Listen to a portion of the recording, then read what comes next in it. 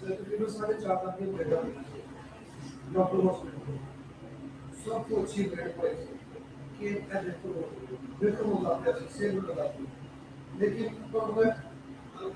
and gentlemen, Assalamu alaikum and a very warm afternoon to everybody listening to us. Welcome to CxO's Global Forum. My name is Wardah Falik and I'm a brand lead at Invozone. And our today's panel is all from Invozone. But what is Invozone? Invozone is a leading software development company that excels in industry-focused software development solutions and consulting services. We have served across multiple industries and we empower businesses with unparalleled software solutions to keep you ahead of the competition. Our head office is based in Florida, USA, and outside of USA, you can find us in Canada, Malaysia, and in Pakistan. And our panel for today consists of two of the most important people here at Invozone. We have with us Mr. Asim Zeeshan, the head of engineering at Invozone, and Mohammad Asfand, who is the head of business development and one of the pioneers. Hello, gentlemen. Hello, hi Hello. Wardah. Hi, guys. So let's get into the topic. Our topic today is redefining the outsourcing narrative, Pakistan as a global tech powerhouse. The topic is actually to focus on the transformation of Pakistan's outsourcing industry into a thriving influential force in the global technological landscape. But before we get into the topic, firstly with you, Asim, tell us something about your 20 years of long experience in the industry. Right. There is a question that never gets old. So many people ask me the same question.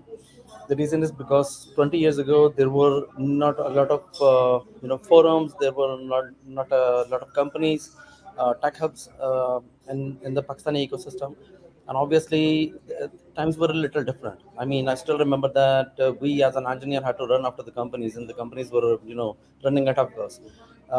Obviously, at the same time, the learning opportunities, those things were not there. I actually started my career as a developer. I'm a developer at heart. I started from different languages, and one of the languages does not even exist right now. So I'm that old in, in programming. So first it was the PHP, then it was Python, then a couple of other languages down the road. I landed in .NET, then in Ruby, and then JavaScript. And then I also took up additional role as the DevOps manager. So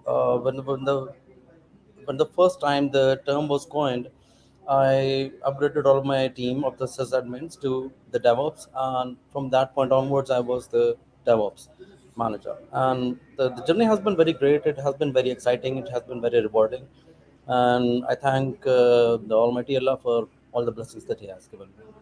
And that's wonderful. Moving to you, Asfand, you're one of those people who've been with Invozone since the very beginning, and you describe yourself as somebody who helps businesses in getting high-paying clients. Tell us something Uh, about your background. yep, that's true. So a little bit introduction about myself. My journey with Invozone has started like 3 years back, early 2020, and when I joined, we had a small team of people, and it was like during the post-pandemic, yeah, right after the pandemic had emerged, and we as a company and my as a person, I have a great learning curve while working in sales and business development. I got a chance to test and implement new strategies, sales funnels, doing everything from scratch, and doing the test and runs, and eventually we were able to pull things off, and so is the growth of the company. Yeah. Well, that's wonderful, Asfand. So let's get into our discussion. Our topic is redefining the outsourcing narrative. But first thing first, how would you explore the reasons behind Pakistan's emergence as a global tech powerhouse, and what factors have contributed to this transformation? Asim, this question is to you. Thank you. That is a very interesting question. So I'm pretty sure that globally this is a question that most people think about, and when they see the trends and the growth. The thing is that Pakistan offers a lot many things. So obviously, apart from the overlap with major part of the world, We have the best talent. We have a lot of people who have a hunger for technology, who have a hunger for all of those things that they have not yet explored. And this is one of the reason why our engineers, when they are working in any capacity in any of those international companies, they know what kind of challenges there could be, and they are the guys that can face any challenge head on. I believe this has contributed the most, the workforce, the engineers that we produce.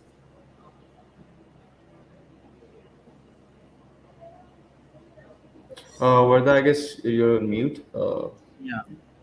Absolutely forgot that part, and I normally do in live sessions. But let's moving to you. From a business development perspective, how have you seen the perception of Pakistan change in the global outsourcing market? Okay, so yeah, that's a very interesting question, and I would like to have a detailed answer on this one, as me and Asim have been to so many international events and have seen our global image going up and making the waves in the global markets out there. So yeah, I mean, so there is a bunch of factors that has emerged as a significant player. Pakistan has emerged as a significant player in the global outsourcing market. So a few of the factors Asim have has just already highlighted. We have the skilled workforce. Pakistan has a large pool of talented and highly skilled IT professionals. The country produces a significant number of graduates in computer science and engineering every year. Then we also offer a cost advantage. Uh, Compared to many other outsourcing destinations. Then our ID infrastructure is improving day by day. Government is also supporting initiatives when it comes to the IT industry. Rising startup culture is one of the key. You could say contributor in this, and last but not the least, the collaborative efforts that Pakistani companies and professionals have actively engaged in collaborations with international firms and organizations. These partnerships have contributed to the exchange of knowledge, skill development, and exposure to international best practices, further enhancing the Pakistan reputation as a technology outsourcing destination. Wonderful. You talked about startups, and recently, just yesterday, we've seen two of the biggest startups in Pakistan leave the country or close their operations. One was Medzen More, and the other one was Jugnut. So, will that have an effect on Pakistan's outsourcing industry, or generally the outsourcing trend in Pakistan, or not? And before these two, we've seen Airlift leave Pakistan too. Mhm.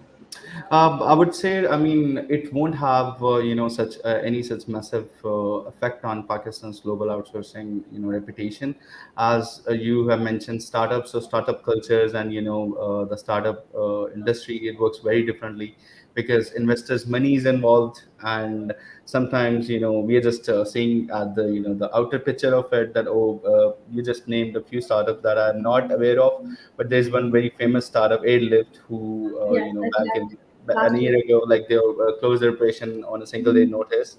So when investors' money is involved, you are never aware or sure of where things are going. Things could go south, but obviously, it depends on the the entrepreneurs and the business owners, if they are capable or competitive enough to take the ownership and take the lead forward, the business forward. Yeah, instead of just building. Let's take this question forward. This question is to you, Asim and Asfand both.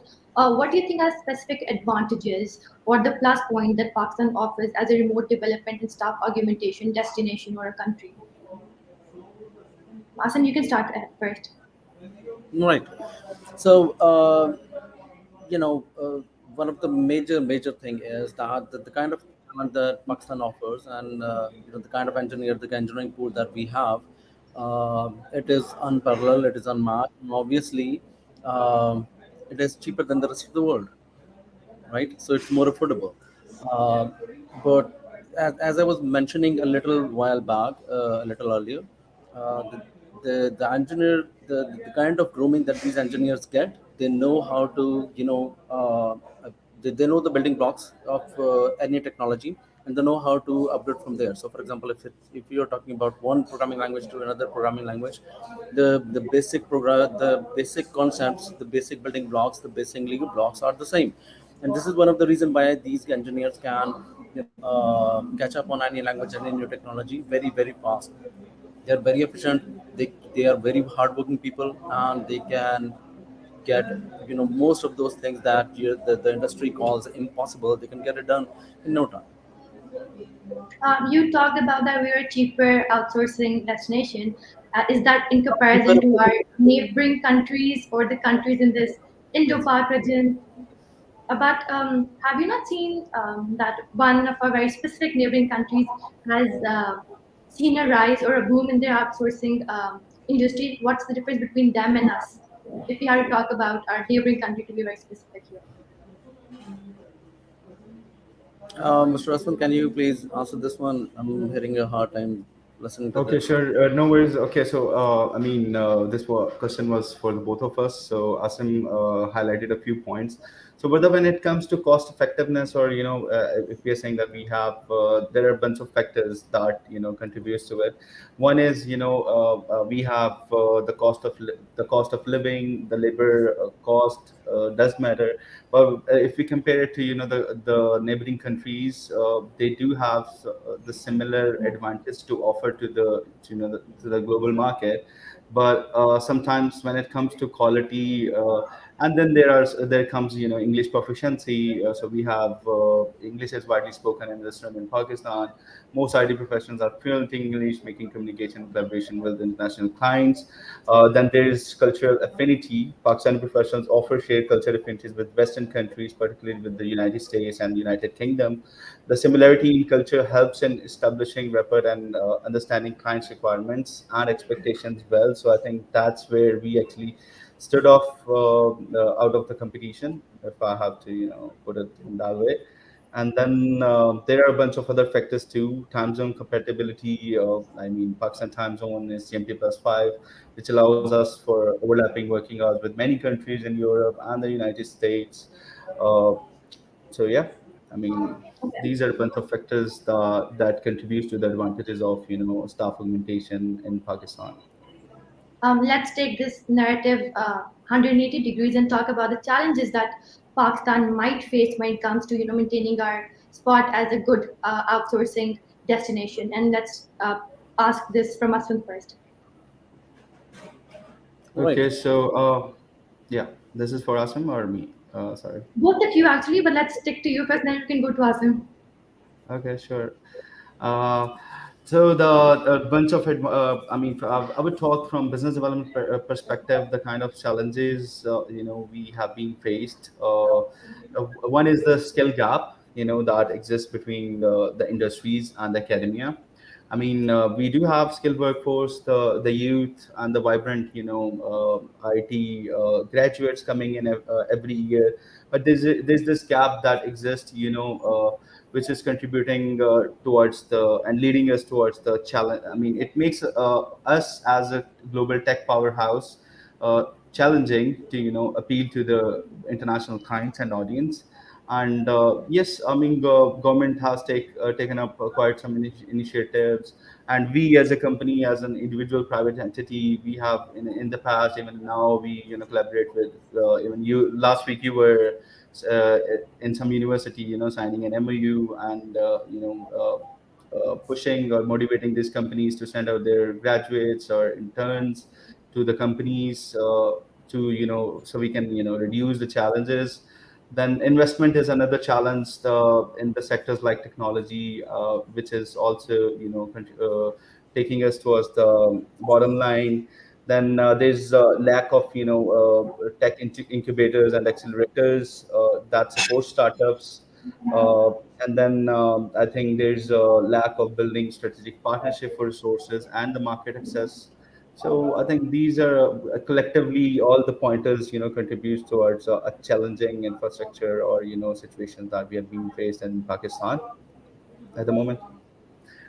Okay, Asim, Asfand has listed down a series of challenges that is out there for Pakistan, given the fact that you're one of the most happening people within the four walls of Invozone, and you're pretty much involved in everything that is there is to happen. How do you think Invozone, or how is Invozone coping up with these challenges, or how is the Pakistani tech industry in general coping up with these challenges or taking my years to, get past them? Right. Thank you so very much. That's a very excellent question. So let's talk about the challenges in a very in like a recap in like 15 seconds. So the major challenges that we have are people who are knowledgeable and who have some sort of an expertise, people who have the right education, and obviously people who have the right experience and they are ready to work from Pakistan for the Pakistani companies. So for this, the major challenge that we have been facing in the last 12 months is brain bleed. So our engineers are so good that the companies are poaching out directly, and this has been one of the major challenges. So what we have done is we have training processes, we have retraining processes, we have evaluations, we have opportunities for all of those people who we believe can become a very good engineer, but they are not there yet. So anything that needs polishing in their skills and their experience, we are there for them. So all of those underdeveloped areas, all of those cities where there is not a lot of coverage, we are present in the over there. We are in multiple, cities. We have a presence in multiple cities, and we are always taking in, a lot of the talent, and then we are polishing them, and then when they are ready, then we, hand it over to Mr. Asfand for the opportunities that we have. So yes, there have been a lot of challenges, but we have been dealing with all of the challenges head on.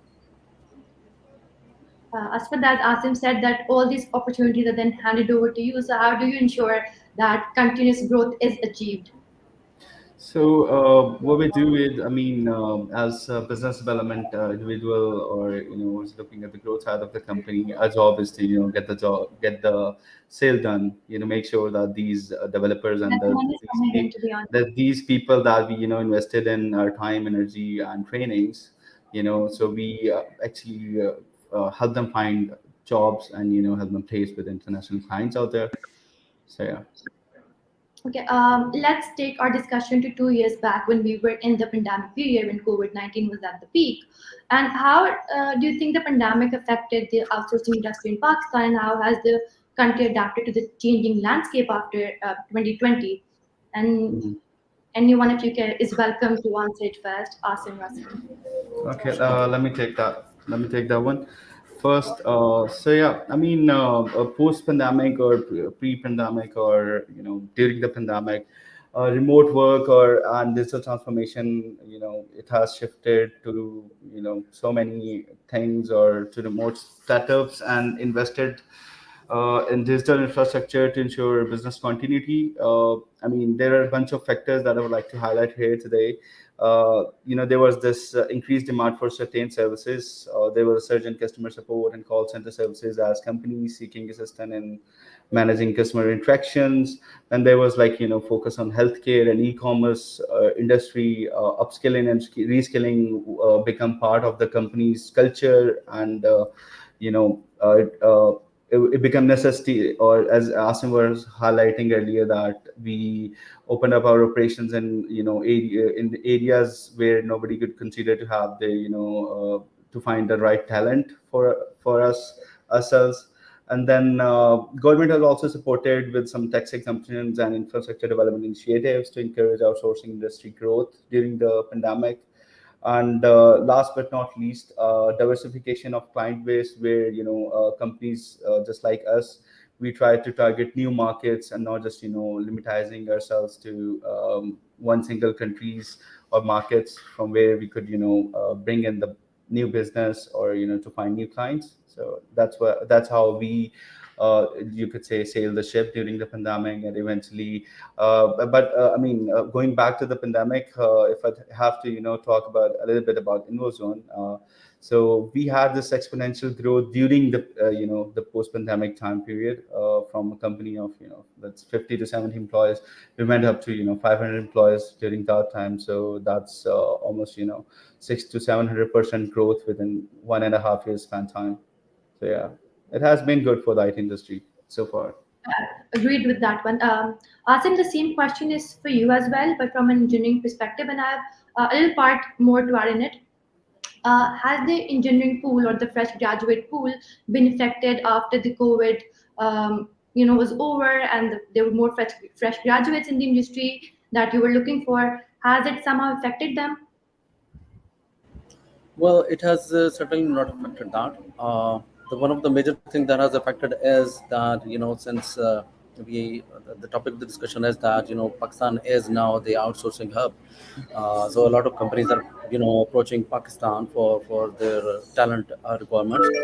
The major thing that we have faced over here is the lack of talent. So that means there are so many resources. There are hundreds and thousands of resources, but they are not enough to fulfill all the opportunities for every single company that is in this particular ecosystem. So this is one of the major reasons that we have been facing. And post COVID, I mean, things could never have been good. COVID has been, apart from all of those problems, for the IT industry, it has been very booming.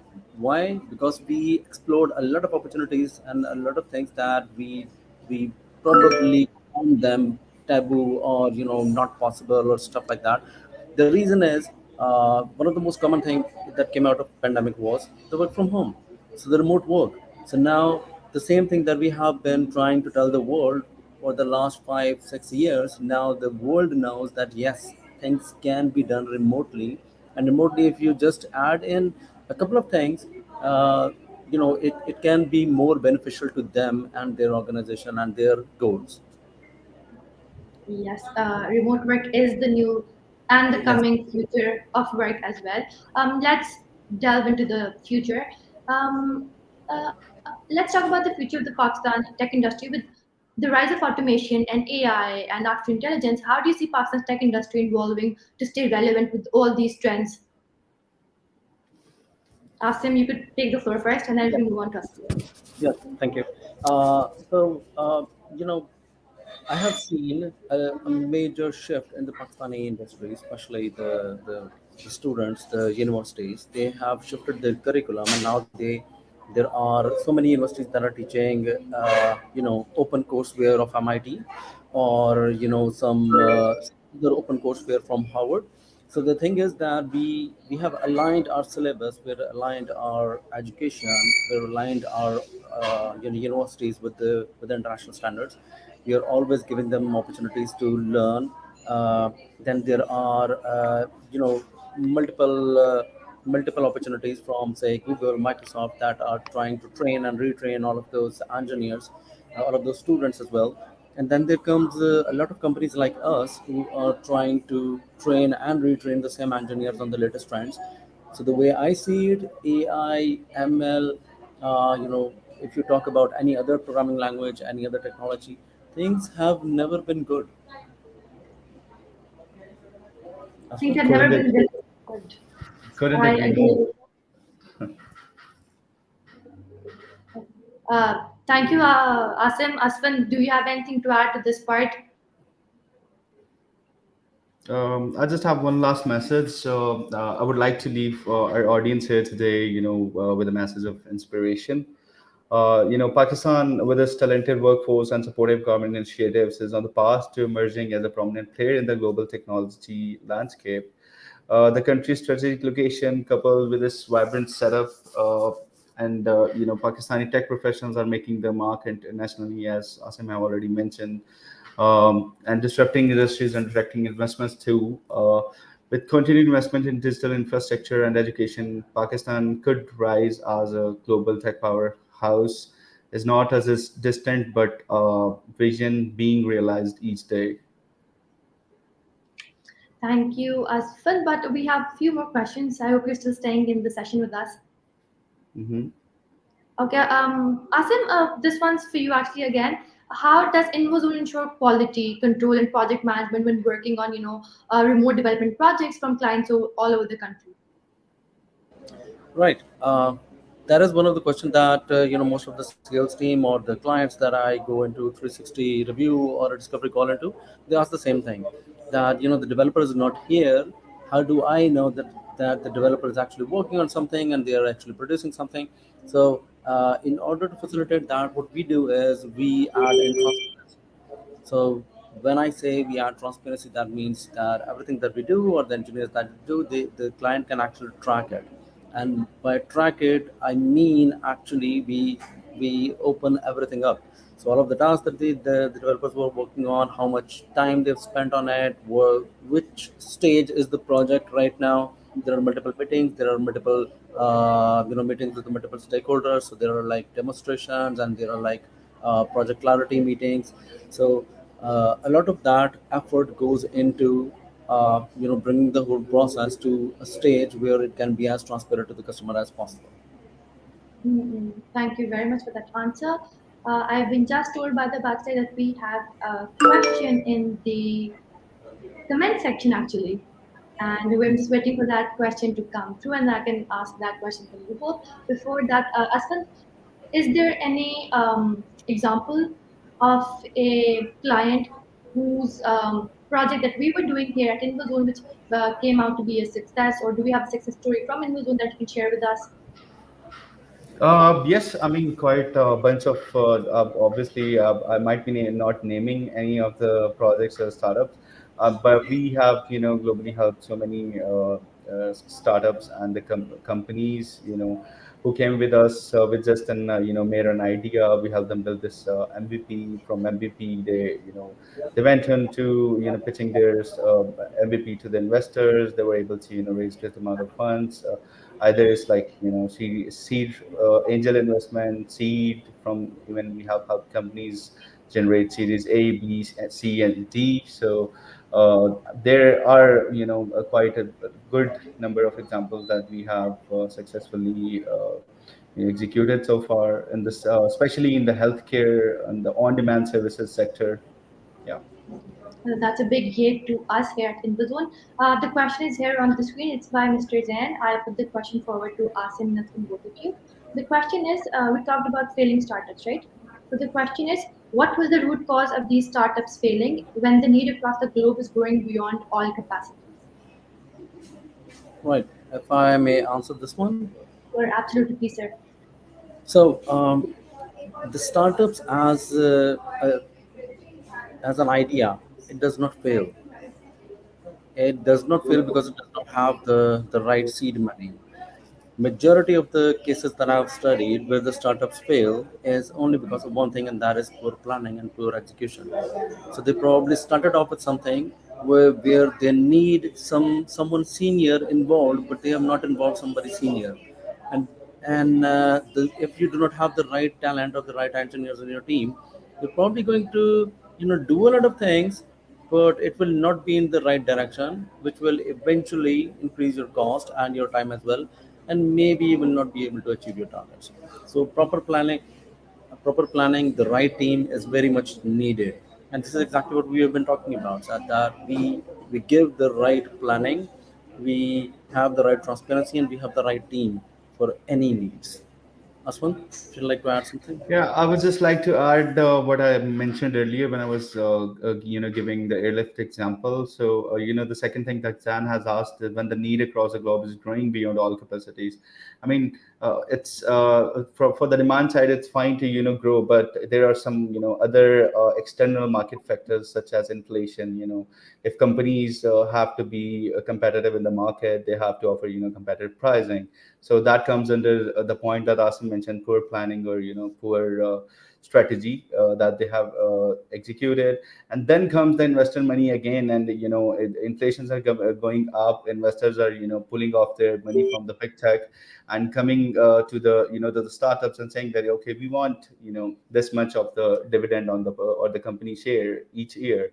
And if the company is not able to generate enough profits, so how they can actually survive, and the long game when it comes to startups.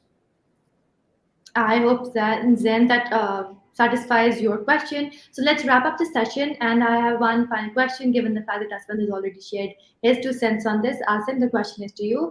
What would be your closing remarks to all the young engineers out there who want to explore their potential in the global tech market of the entire world, actually?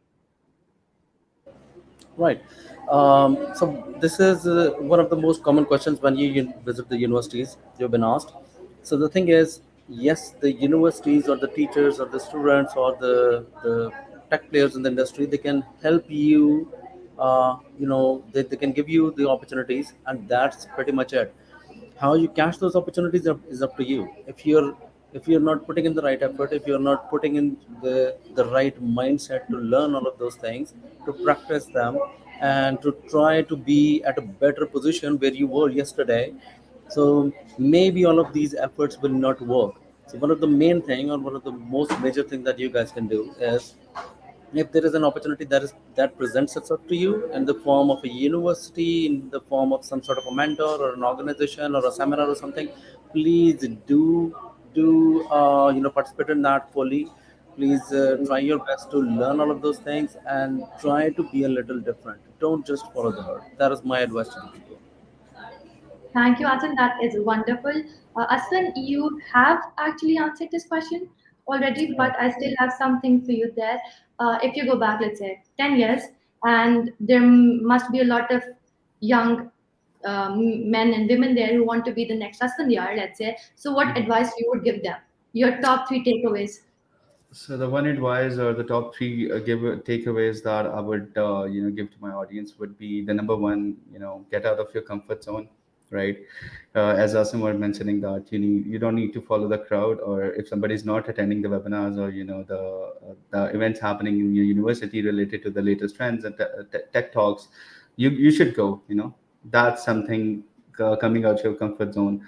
And other than that, be yourself, do your best when you can, and you have to be resilient when it comes to the job market and to the industries, and to make a name for yourself in the market or in the organization. So one should always be hardworking, resilient, and consistent with their career path, I guess. Thank you, Asfand, and thank you to both of you for being a part of this webinar. It's been a journey on its own for three of us while pulling it off, but I'm glad that we did it.